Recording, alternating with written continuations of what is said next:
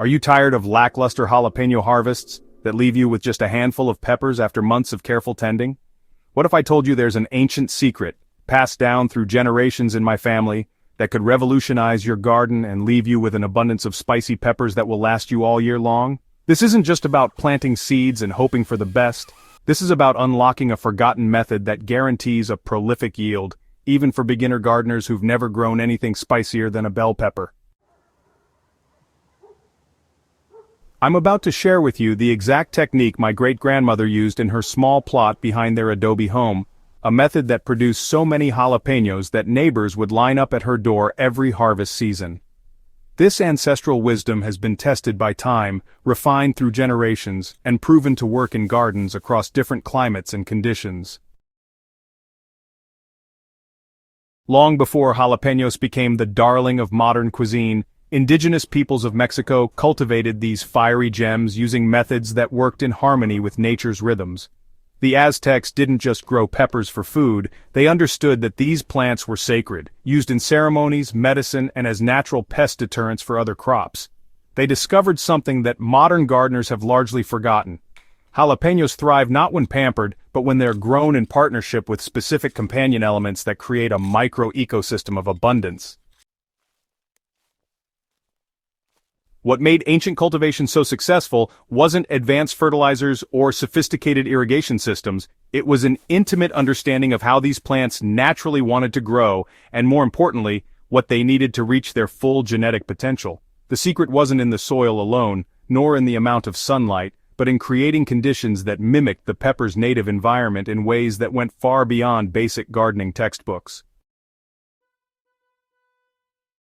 The method I'm about to share has been lost to most modern gardening because it requires patience and a willingness to work with natural processes rather than against them. But once you understand the principle behind it, you'll never go back to conventional jalapeño growing again.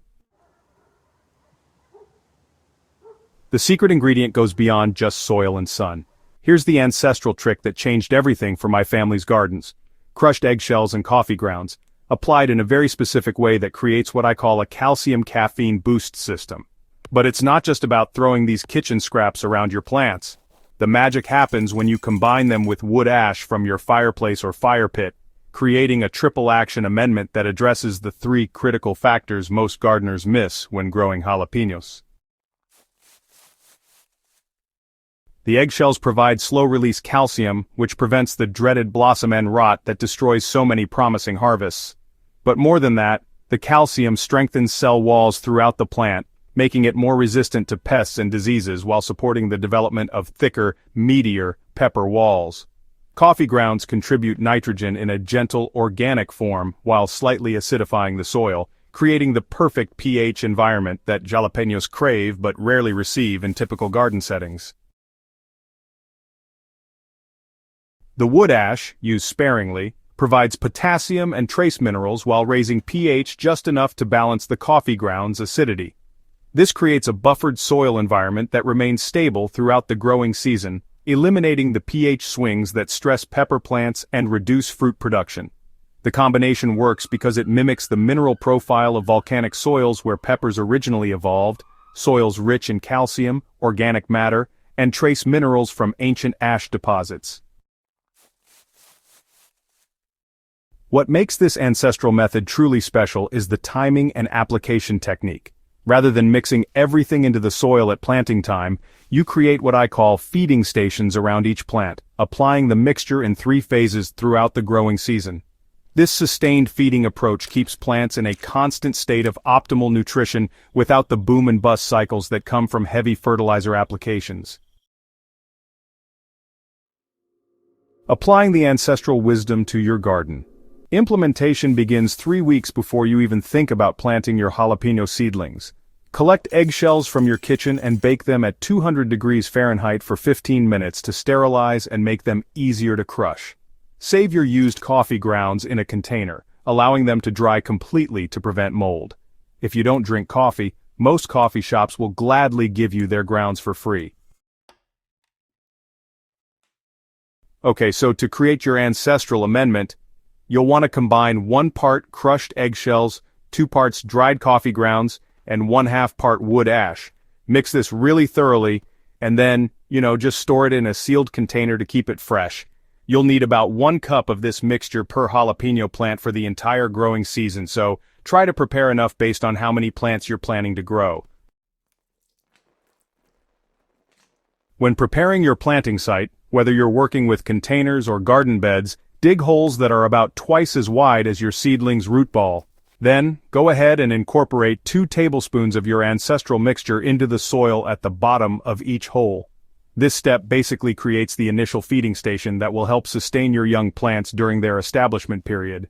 If you're growing in containers, make sure to use pots that are at least 12 inches across with really good drainage, and mix 1 tablespoon of amendment into every 4 cups of potting soil.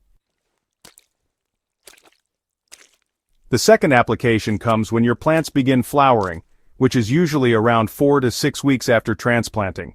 What you'll want to do is create a shallow trench in a circle around each plant, about 6 inches from the stem, and then sprinkle 2 more tablespoons of your mixture into this trench. Cover it lightly with soil and water thoroughly.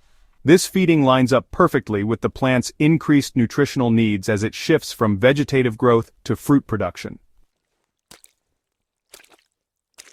So your final application happens when the very first peppers reach their full size but are still green.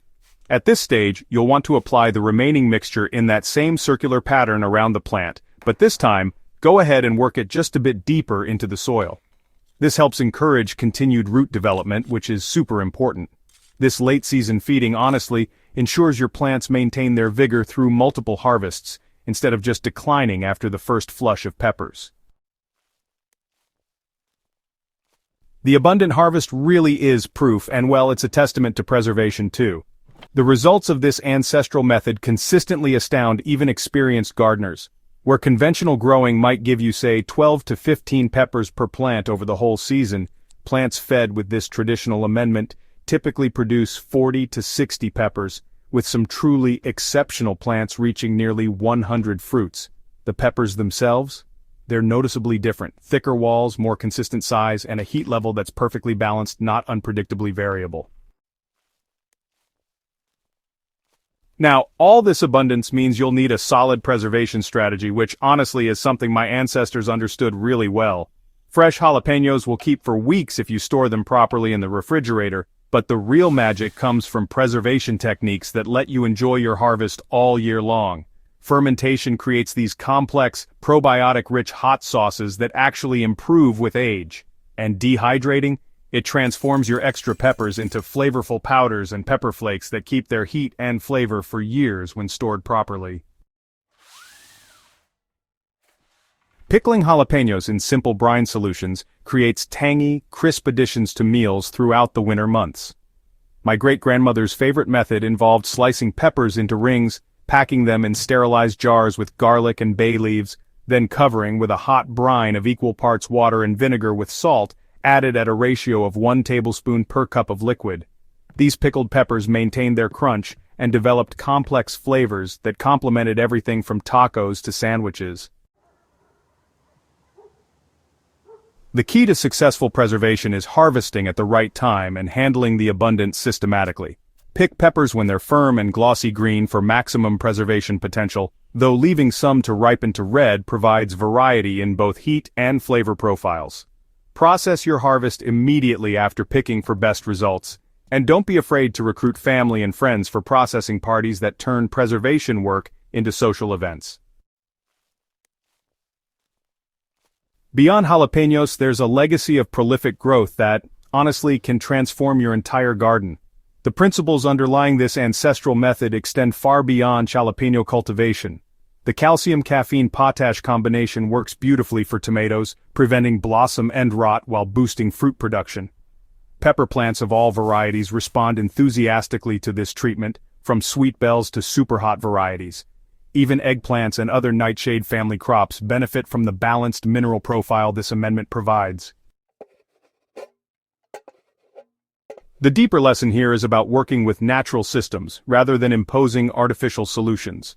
Modern gardening often focuses on quick fixes and synthetic inputs that provide immediate results but, well, don't build long-term soil health or plant resilience. Ancestral methods like this one create sustainable growing systems that improve over time, building soil biology and plant health simultaneously. This approach represents a return to gardening wisdom that understood plants as part of complex ecosystems rather than isolated organisms requiring constant intervention. When we provide balanced nutrition using organic materials that break down slowly and support soil microorganisms, we create growing conditions that produce not just bigger harvests, but healthier, more flavorful crops that store better and provide superior nutrition. The legacy of this method extends beyond individual gardens to community food security and environmental stewardship. Gardens that use these time-tested techniques require fewer external inputs, create less waste, and produce food that connects us to our cultural heritage while nourishing our bodies and souls. If you found this ancestral wisdom as fascinating as I did when my grandmother first shared it with me, I encourage you to try it in your own garden and share your results in the comments below. Subscribe to Smart Garden for more time-tested techniques that bridge ancient wisdom with modern growing success. And, hey, don't forget to share this video with fellow gardeners who are ready to unlock the secrets of abundant harvests. Your jalapeno plants are waiting to show you just how prolific they can be when given the right ancestral foundation for success.